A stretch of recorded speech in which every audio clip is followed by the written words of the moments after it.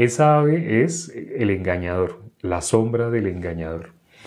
Esa ave hace que la perdiz no se dé cuenta, no se dé cuenta lo que le va a hacer. Le coloca algo que no es de la perdiz, le coloca algo, un huevo, que es del cuco, del cuco. Me gustaría más llamarlo en inglés que en español, porque en inglés el nombre corresponde con el sonido que ese animal hace. Pero lo vamos a llamar en español. En español se conoce como el cuco. Entonces esa ave, esa ave es como Satanás, sombra de Satanás. Así Satanás pone, ¿qué puso en el caso de Judas? Dice, como el Juan capítulo 13, versículo 2. No sé si se acuerdan.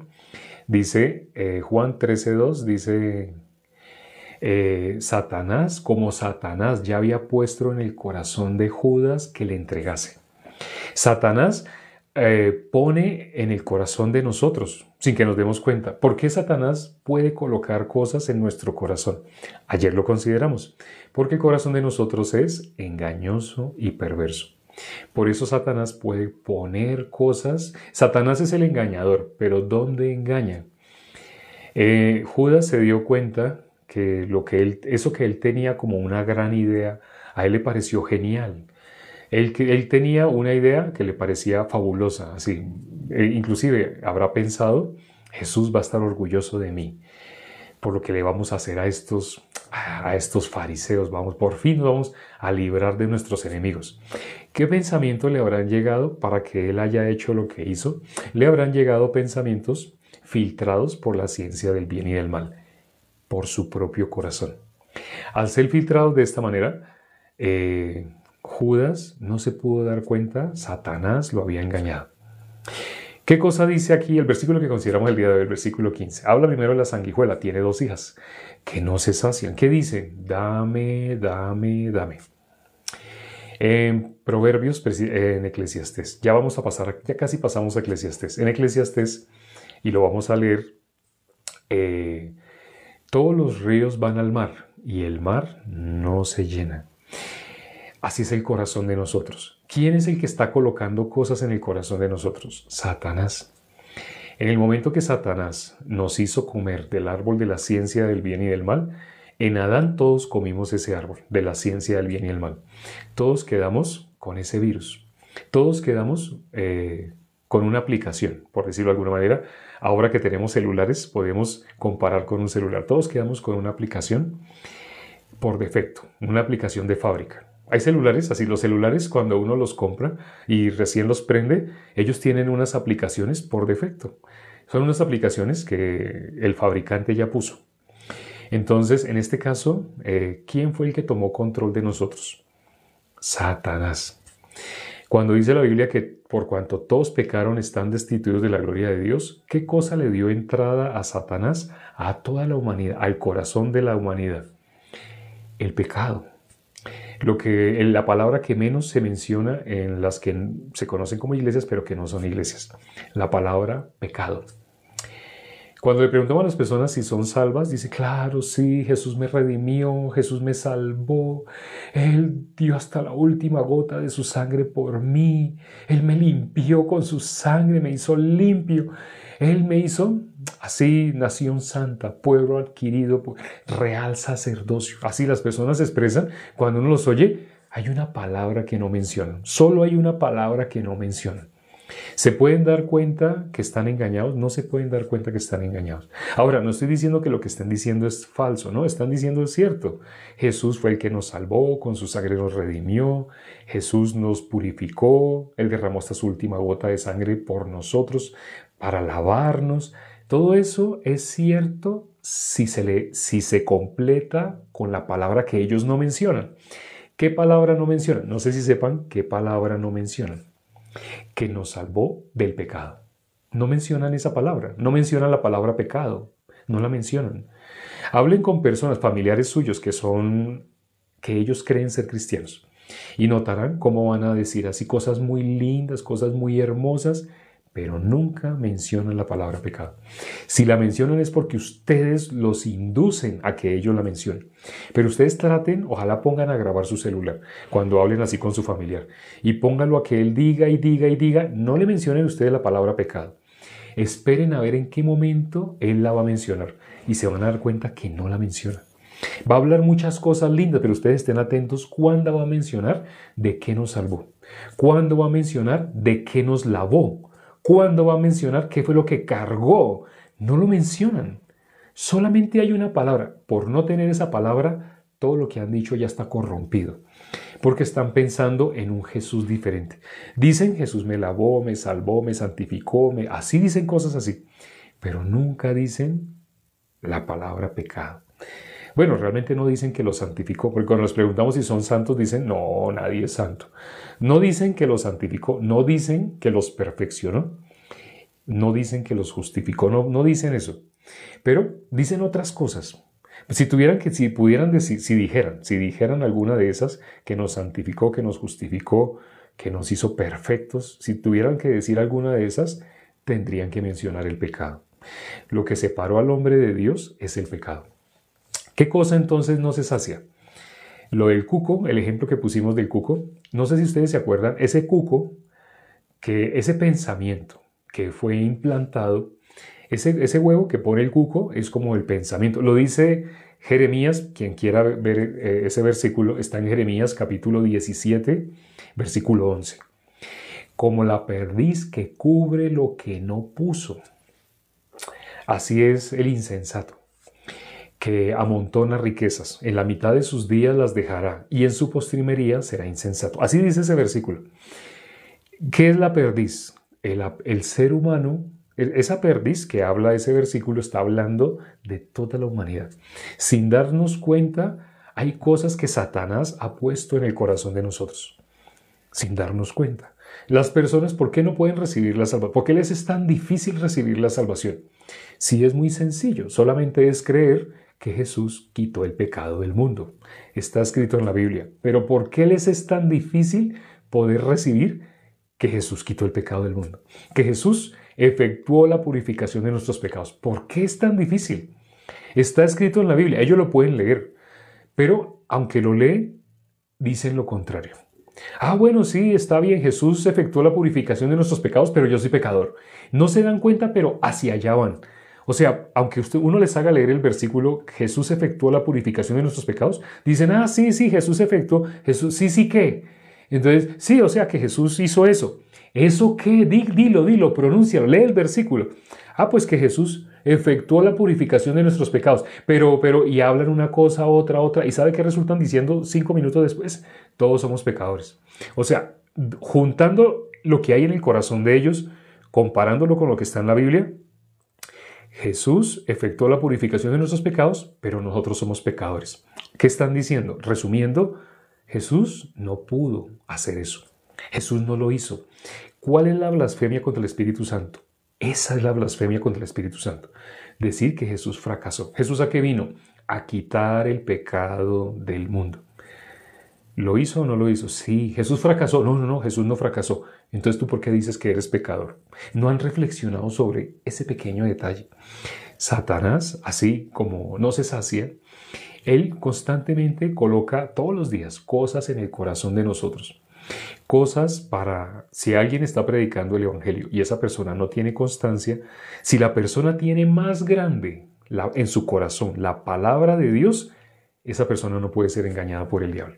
Pero ¿qué persona fácilmente es engañada? La que tiene la palabra de Dios, sí, la palabra de Dios, pero su tradición o lo que sus padres le enseñaron o lo que determinada religión que él ya dijo, yo soy de esta religión. Hay más de 1000 religiones. Pongamos la religión 781. Yo soy de la religión 781 y voy a seguir siempre siendo de la religión 781. Le dice uno a esa persona, solo hay una que es verdadera. Solo hay una religión verdadera. Lo dice Santiago capítulo 1. Solo hay una religión verdadera. Vamos a mirar ese versículo. Santiago capítulo 1. Santiago capítulo 1. Santiago capítulo 1. Santiago capítulo 1, versículo 27, versículo 27, dice, la religión pura y sin mácula delante de Dios el Padre es esta: visitar a los huérfanos y a las viudas en sus tribulaciones y guardarse sin mancha del mundo. Cuando dice visitar a los huérfanos, ¿quiénes son los huérfanos? Los que no tienen padre. Satanás los ha engañado. Satanás, bueno, ¿sería el padre de ellos? No. Cuando dice la Biblia visitar a los huérfanos es porque no tienen padre. Satanás suplanta al padre. Decir que Satanás es el padre de los pecadores es decir que Satanás está suplantando al padre, porque solo hay un padre. Pero las personas que no tienen a Dios como padre creen que tienen a Dios como padre, pero realmente al que tienen como padre es al que suplanta, al que es como león rugiente. No es león, sino como león, parece, suplanta. ¿Quién es el león de Judá? Nuestro Señor Jesucristo. Pero Satanás suplanta. Por eso las personas cuando hablan de Jesús, hablan de Dios y ponen cara de piedad. Sí, Él me salvó, Él me redimió, Él me limpió con su sangre en la cruz del Calvario. Nombran varias cosas que están en la Biblia. Pero por no nombrar el elemento indispensable, el pecado. ¿De qué te salvó? Del pecado. Él murió por mí. Sí, ¿por qué murió por ti? Por mi pecado. ¿Jesús fue a la cruz por mi pecado? Sí, Jesús fue a morir por tu pecado. Él me compró a precio de sangre. ¿Por qué te compró? ¿De quién eras esclavo? No saben de quién eran esclavos. Del pecado, o sea, de Satanás. Sé que algunos pensarán, pero el pecado de Satanás. No traten de entender con lógica. Lo que está escrito en la Biblia es un mundo espiritual. Si tratan de entender con lógica, o sea, si quieren comprender a Dios, quiere decir que tienen un corazón como el corazón de Dios, el corazón que Satanás dio, querer entender, querer encuadrar en algo que todo el mundo pueda entender. Las personas no lo pueden entender. Lo que hablamos acá, ¿qué le parece a las personas? Locura. Dice, no entiendo por qué dijo así, ahora dijo así. Entonces, eso no sería como contradicción. No, no es contradicción. Pero ¿quién ve contradicción? Los que quieren filtrar a Dios por su razón. ¿Qué cosa no se sacia? Terminemos este versículo. Aquí dice, ya sabemos, dice el versículo 15. La sanguijuela tiene dos hijas que dicen, dame, dame. Esa historia del cuco, ese cuco, cuando le roba la vida a la perdiz, porque le roba la vida a la perdiz ¿qué hace? Toda la vida alimenta al cuco. Cuando una persona... No sé si ustedes se acuerdan, si vieron esa imagen, ese mismo día que hablamos sobre ese versículo de la perdiz que cubre lo que no puso, Jeremías 17:11, cuando hablamos de ese versículo, una hermana subió un video, la hermana Pam, la hermana Pamela subió un video al grupo de todos los que somos perfectos, el grupo que tenemos en WhatsApp. Y la hermana Pamela subió el video del cuco. Y ahí se ve cómo le daba... y le da comida, y le da comida. La perdiz vive toda su vida alimentando algo que no es de ella. Algo que ella cree que es de ella. Ella está segura que es de ella. Eso que ella cree que es de ella robó lo que verdaderamente, lo verdadero lo destruyó. Si vieron ese video, ese cuco, aún siendo bebé, siendo un feto, ¿qué hace? Mata a los otros que están en el mismo nido. Se parece, externamente es muy parecido, se parece, pero mata a los otros. Si aún no han salido del huevo, bota los huevos. Si ya salieron del huevo, los mata. Hay un video donde, bueno, he visto muchos videos sobre lo que hace el cuco bebé, como a picotazos mata a sus hermanitos, a sus supuestos hermanos. No son hermanos, realmente no son hermanos. Porque ese cuco no es hijo de la perdiz. Pero la perdiz se queda solo con uno. ¿Y con cuál se queda? Con el falso, con el que es más astuto. Por eso es sombra de Satanás. El cuco, así Dios puso en la naturaleza ese ejemplo para que nos diéramos cuenta cómo Satanás engaña, cómo es que Satanás opera, cuál es su técnica para poder triunfar. Siempre. Suena terrible porque quisiéramos decir, no, él no ha triunfado. La única forma de que tú le ganes a él es que no seas tú el que le gane. La única forma de que le ganes es que tú te agarres del que le ganó. Y agarrarte de Jesús no es decir, Jesús, Jesús, Jesús, Jesús, te amo, te amo. No, eso no es. ¿Sí? Estar asido a nuestro Señor Jesucristo por la palabra. La palabra dice que Él limpió nuestros pecados. Eso es estar agarrado de Él. Entonces, así como ese cuco no se sacia, la mamá le da y le da y le da, se roba la vida de quienes no se dan cuenta, quienes no logran, porque no logran darse cuenta. Nosotros tampoco logramos darnos cuenta esos pensamientos que Satanás mete. ¿Cómo Jesús pudo evitar ser zarandeado por Satanás? Satanás quería jugar con él, quería tentarlo, quería destruirlo. Pero ¿cómo no pudo hacerlo? Lo que hace Satanás al tentar tiene una finalidad: hurtar, matar y destruir. Por eso le dije, quería destruirlo. Algunos pensarían, pero no me parece que Satanás quería destruirlo. Parece que Satanás solo quería que lo adoraran. Quería destruir la obra de nuestro Señor Jesucristo. Quería destruir a nuestro Señor Jesucristo. Él quería hacer eso. Cuando Él tienta a una persona, o sea, tentar no es que le den ganas de fumar, no estamos hablando en ese sentido, porque también de pronto algunas personas pensarán mal. Lo que Satanás hace es que las personas sigan su propio camino.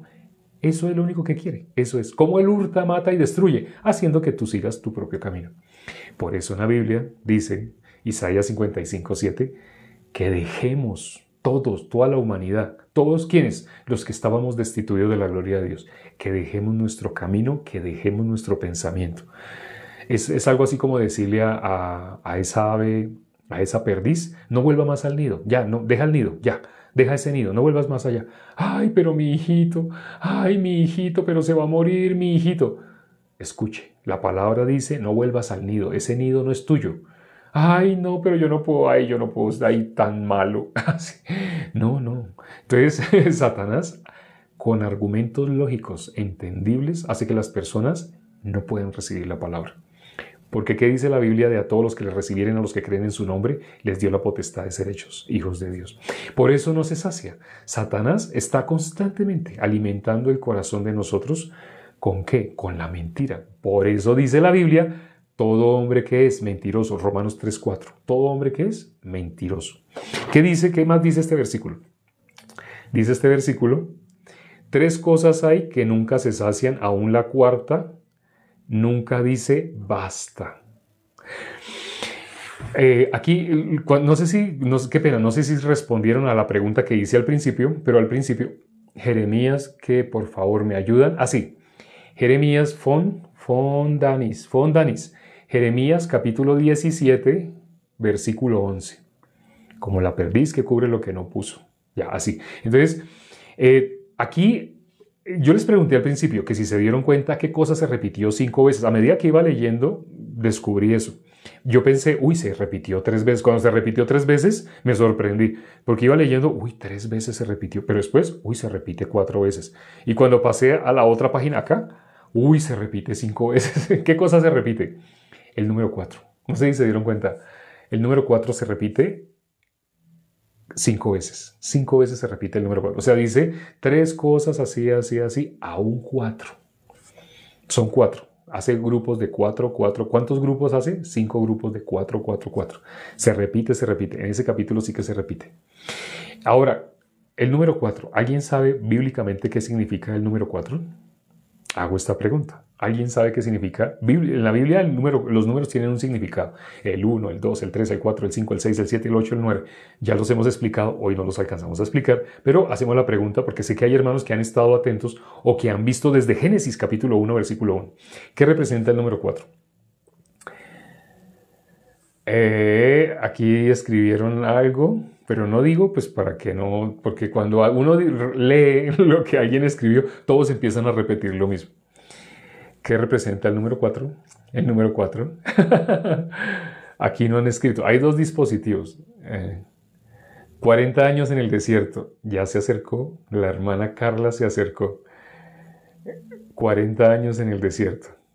Ese Romanos 8:2.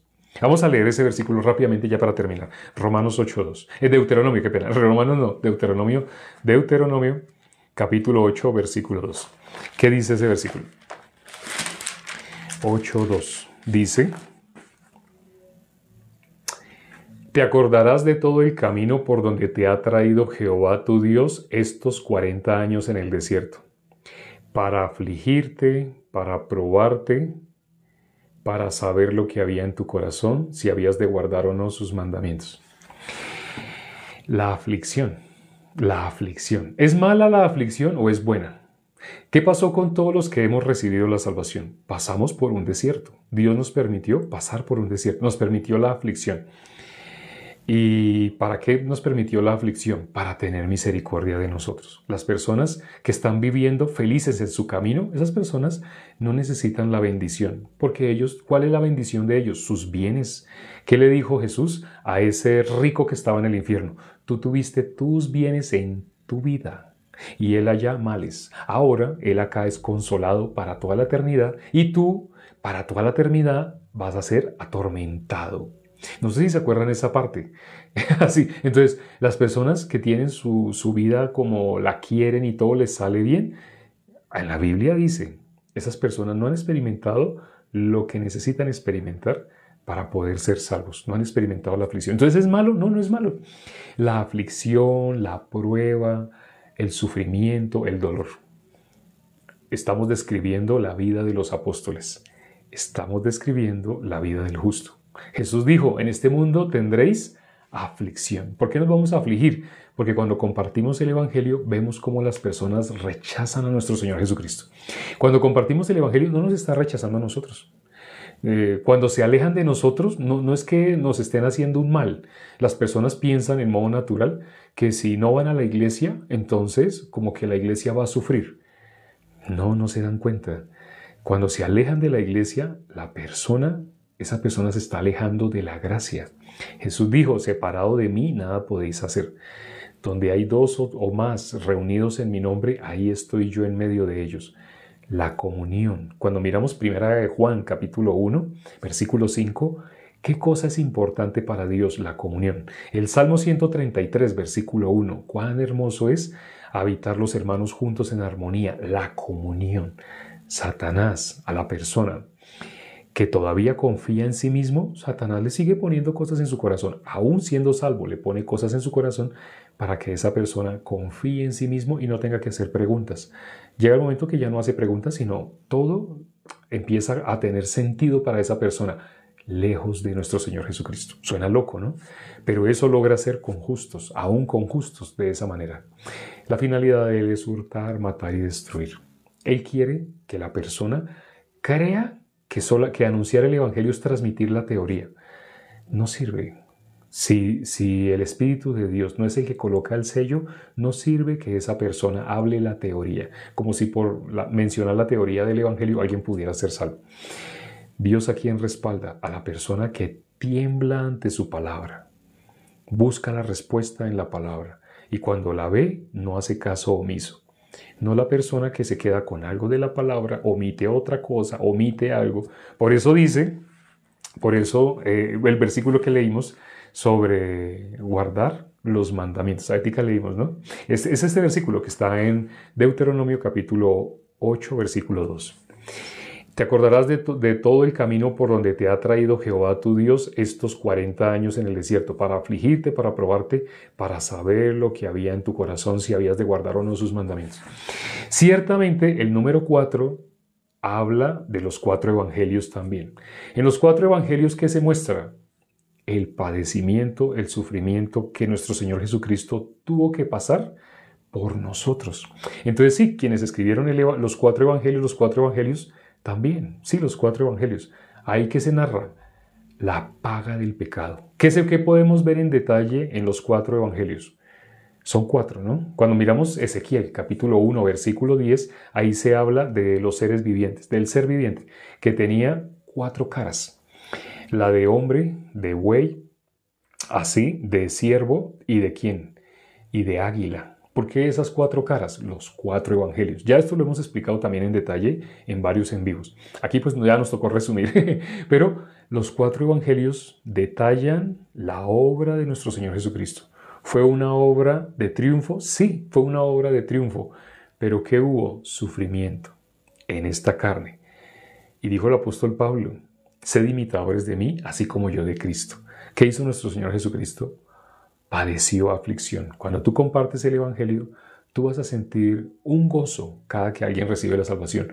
Pero para que eso suceda, has tenido que experimentar muchas veces la aflicción. El que no comparte el Evangelio, no va a experimentar eso. El que se lo guarda, el que lo esconde bajo la tierra, esa persona no va a experimentar eso. El que experimenta la aflicción, el que comparte constantemente el Evangelio. Vamos a orar ya para terminar. Padre, gracias por este tiempo que nos permites para considerar tu palabra. Gracias, Señor, por la sabiduría que has dejado en la Biblia, pero la has escondido de doctos, de gente ilustre para este mundo, de gente muy renombrada, muy destacada, con muchos estudios en este mundo, pero que no tienen el Espíritu. Y la has revelado a los que han sido como niños. Bien dijiste que el que no se hiciera como un niño no podrá ver el reino de los cielos. El que tiene un corazón sencillo, un corazón humilde, esa persona puede recibir. Pero el que cree ya ser algo sin haber recibido la salvación, esa persona, cuán difícil. Más fácil que un camello pase por el ojo de una aguja, a que una persona rica de espíritu pueda recibir la palabra. Ten misericordia de todos los que escucharon el día de hoy y los que van a escuchar a través de YouTube. La repetición, la grabación. Ten misericordia y permite que humillen su corazón delante de Dios para que puedan recibir la salvación, para que puedan recibir la bendición, para que queden como el mendigo Lázaro, que fue al seno de Abraham. No importa lo que tengamos que vivir en este mundo, en este cuerpo, por tal vez 10, 20, 30 años, no sabemos cuánto tiempo. Permite, Padre, que las personas que han escuchado el día de hoy, todas puedan recibir la salvación. Te lo pedimos orando con un mismo corazón con los hermanos y todo en el nombre de nuestro Señor Jesucristo. Amén.